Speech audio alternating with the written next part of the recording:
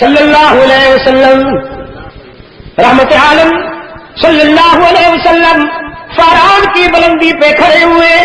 چادر ہلا رہے ہیں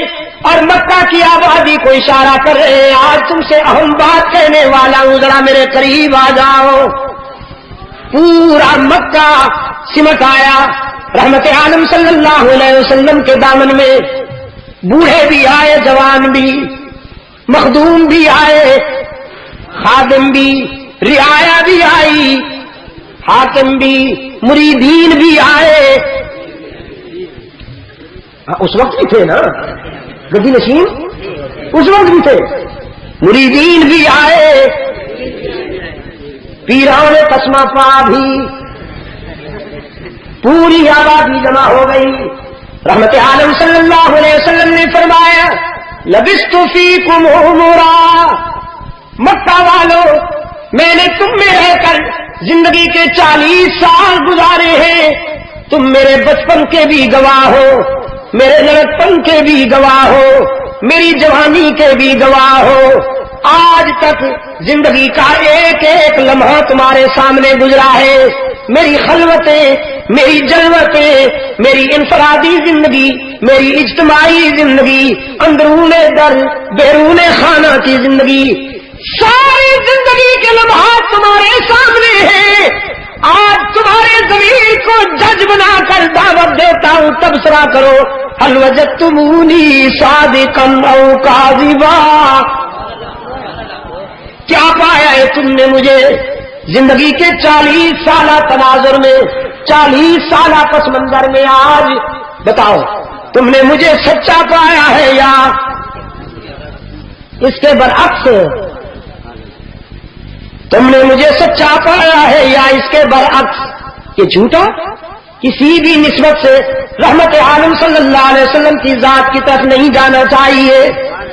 عربی الفاظ کہنے پر تو مجبور ہوں، لیکن ترجمہ یوں کروں گا، تم نے مجھے سچا پایا ہے یا اس کے؟ ادب گاہی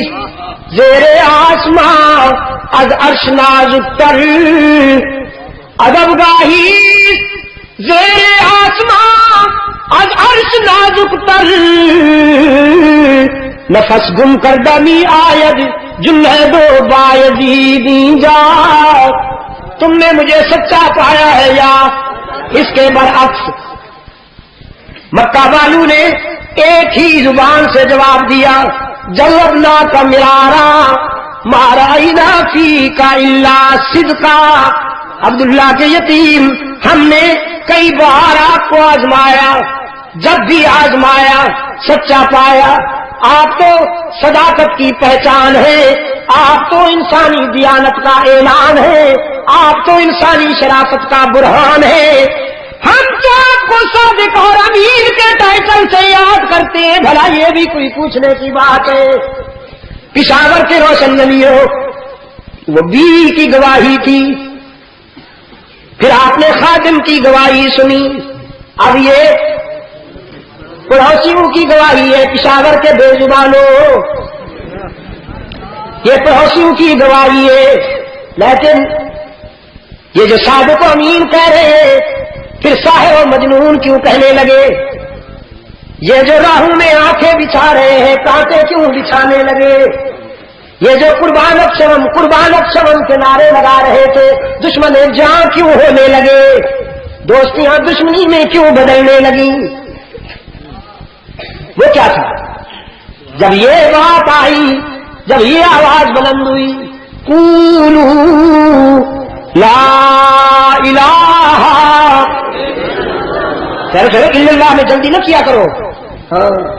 یہ جو لا کا جھاڑو ہے نا، ذرا اسے پھرنے دو، ذرا برتن صاف ہو جائے، پھر اللہ کی بہار آئے گی۔ گھڑی دیکھ لوں نہیں دیکھ، قولوا لا الہ، قولوا لا الہ، کہو پھر مجھے سچا مانتے ہو نا، امین مانتے ہو نا، دیانتدار مانتے ہو نا، میری شرافت کو معیار مانتے ہو نا، تو کہو پھر کوئی نہیں معبود، کوئی نہیں مسجود، کوئی نہیں ہر جگہ موجود، کوئی نہیں علام الغیوب، کوئی نہیں کارساز، کوئی نہیں حاجت روا، کوئی نہیں مشکل کشا، کوئی نہیں عزت دینے والا، کوئی نہیں رزق دینے والا، کوئی نہیں اولاد دینے والا۔ یہ جھاڑو پھر رہا ہے، دکانیں بند ہو رہی ہے، مارکیٹیں بڑی سپر مارکیٹیں بند بنا رکھی تھی نا انہوں نے، لاتوں منات حبل کے نام سے سپر مارکیٹیں بنا رکھی تھی، آستانے سجا رکھے تھے، جھنڈیاں لہرا رکھی تھی، اور اس پر مجاور بن کے بیٹھے تھے لمبی لمبی زلفوں والے گدی نشین۔ استحصال ہو رہا تھا کامن مین کا، عام آدمی کا استحصال ہو رہا تھا، تم گناہگار ہو، تمہاری نہیں سنتا، تم اس قابل کہاں ہو کہ اللہ تمہاری سنے، بٹیرو تم اس قابل کہاں ہو کہ اللہ تمہاری سنے، ہم اللہ کے پیارے ہیں، تمہاری سنتا نہیں، ہماری ٹھکراتا نہیں، تمہاری ہمارے آگے، ہم وہاں پہنچائیں گے۔ مکان پر چڑھنے کے لیے جینا ضروری، یہ تھیوری بہت پرانی ہے، یہ فلسفہ بہت پرانا ہے فنکاروں کا، مکان پر چڑھنے کے لیے جینا ضروری ہے، گورنر ہاؤس پر جاؤ تو باہر